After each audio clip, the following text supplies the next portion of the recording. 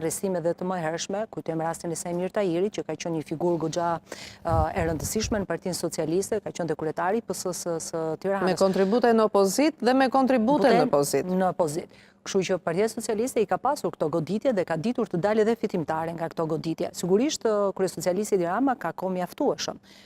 Deri në zgjedhjet e 11 majit, shumë gjëra do të ndryshojnë, sigurisht ai bën takime të përditshme, të përnaçme me të gjitha strukturat e Partisë Socialiste për t'i bindur, ndoshta jo për të mbitur, por për të mbajtur të bashkuar, sepse në fundit edhe ai që mund të jetë mbështetës i Erion Veliajt i drejt për drejt, në fundit do mendoj për të vetën, sepse intereson të qëndroj partia në pushtet. Pra i shkosa duket se kur ardhmja politike Erion Veliajt më shumë është drejt venitjes, se sa është drejt një lajmi të mirë që Erion Veliaj mund t'i shpëtojë gjithë çështjeve të cilat i ka ngarkuar tani spaku. Kështu që më tepër Erion Veliaj duket sikur është drejt largimit nga skena politike e Partisë Socialiste, se sa drejt forcimit. Kështu që besoj edhe ata besnikët apo mbështetësit e fortë Erion Veliajt do të zgjedhin partinë përpara kryetarit të bashkisë. Pra do duan që Partia Socialiste të qëndrojë në pushtet. Është një llogari e thjeshtë, besoj.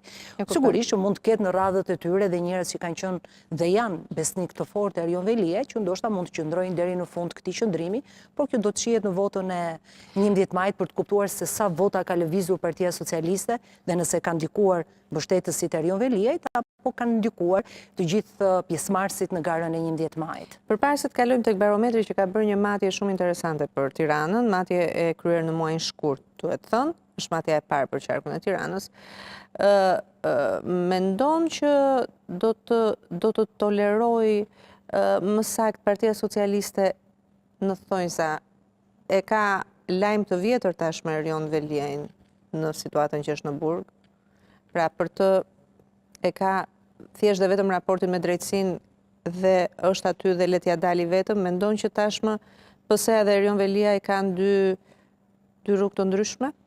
Se po. Unë mendoj që në datën 12 maj, 13 apo 14 maj, besoj që do të kemi edhe një vendimarrje nga Këshilli Bashkiak, sepse ligji e detyron që pas 3 muajsh që kryebashkiaku Erion Veliaj nuk paraqitet fizikisht, Këshilli Bashkiak është i detyruar të mblidhet, të bëjë shkarkimin, propozimin për shkarkimin e Erion Veliajt, njoftohet prefekti njofton Këshillin e Ministrave dhe besoj do shkojmë në zgjedhje të parakohshme, jo vetëm bashkë me Tiranën, por edhe me disa bashki të tjera ku kryetarët e bashkisë janë tashmë në listat e kandidatëve për deputet. Besoj se Partia Socialiste është totalisht e fokusuar në garën e 11 majit.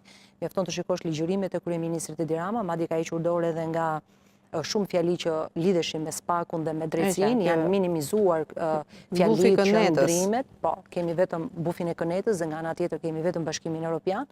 Besoj se Partia Socialiste me Erion Veliajin në distancë. Një lloj kapitalizimi që Edi Rama po i bën Lulzim Bashës. Qartë, po i jep vëmendje. Po i jep vëmendje. Nëse do ishim në një lojë që është eksperiment social, do thoshim po mbajt njëri tjetrin lojë. Po, kam përshtypjen që Edi Rama e mban më shumë në lojë se Lulzim Basha nuk e mban dot në lojë Edi Rama. Domethënë ai e nxjerr si figurë, sikur është ai përfaqësuesi kryesor i opozitës dhe i të djathtës, por thjesht ka një lloj kapitalizimi për Lulzim Bashën. Kështu që shiko, fushata e parë ka qenë Tepsia, fushata e dytë Timoni, fushatën e tretë del bufi i Kënetës me Bashkimin Evropian në sfond që është dritarja që do të mbyllet në qoftë se si jemi ne, por kjo është teza e artikuluar në mënyrë të fisme kjo e Bashkimit Evropian, nuk e fusim. Pra, Timoni, Tepsia, bufi Kënetës, çfarë, do të thënë, ka mungesë fantazie Rama që ngelet vetëm në këto epitete, apo i ka ecur dhe kjo është mënyra tjetër të bëri fuçat? Po tani non grata nuk thot dot më. Sepse non grata në vetvete është bërë nonsens. Me thënë non grata në vetvete ka rënë. Është një kartë të cilën Kryesocialisti nuk e luan dot më edhe për shkak të gjitha ndryshimeve që kanë ndodhur Departamentin Amerikan të Shtetit me presidentin Donald Trump. Karta e EBS, sepse nuk e di cila duhet jetë karta tjetër më e fortë e Kryesocialistit Edi Rama, kur ka 1100 pretendime të qytetarëve për ikje të njerëzve, për rënje të nivelit ekonomik, probleme në arsim, probleme në shëndetësi, që shpeshherë kanë qenë pjesë. Korrupsion në vertikali, cili madje dhe Departamenti Amerikan i Shtetit në raportin e vet e ka cituar shumë drejt, korrupsioni është në të gjitha nivelet nga sistemi qendror deri në sistemin vendor. Kështu që me sa duket karta e Bashkimit Evropian është karta ndoshta më interesante për Kryesocialistin Edi Rama, të cilin e hedh në këtë diskursin politik dhe merret me atë dhe aty brenda tek Bashkimi Evropian fut edhe këtë drejtësim, po e fut me shumë lezet kur thotë që ne ishim. do të heqim, do të kemi dhe një drejtësi europiane. Pra, nuk do kemi këtë drejtësinë që kemi në Shqipëri, por kemi dhe një drejtësi europiane. Kjo me sa duket do të jetë edhe karta e tij për gjatë gjithë kohës, por interesante është se me parashikimet e Edi Ramës ai thotë që në 2027 mbyllet procesi teknik. Do duhen të paktën edhe 2 vite, 3 vite që të mbyllet dhe diskutimi politik. Pra, nga i katërti, nga i treti që është, të katërti, do të kalojë te pesti, Po tek i pesti, domethënë e quan si një çështje të jo, kryer. po tek i pesti ne mund të jemi një republikë presidenciale, ku presidentit i ndryshojnë kompetencat me shumicë cilësuar në parlament. Presidenti merr rolin e qeverisë, qeveria pse e ka thënë që se do shohim dhe strukturat e qeverisë si do jenë, thot në konform me Bashkimin Evropian, kështu nuk e dim tek i pesti nëse fiton të katërtin.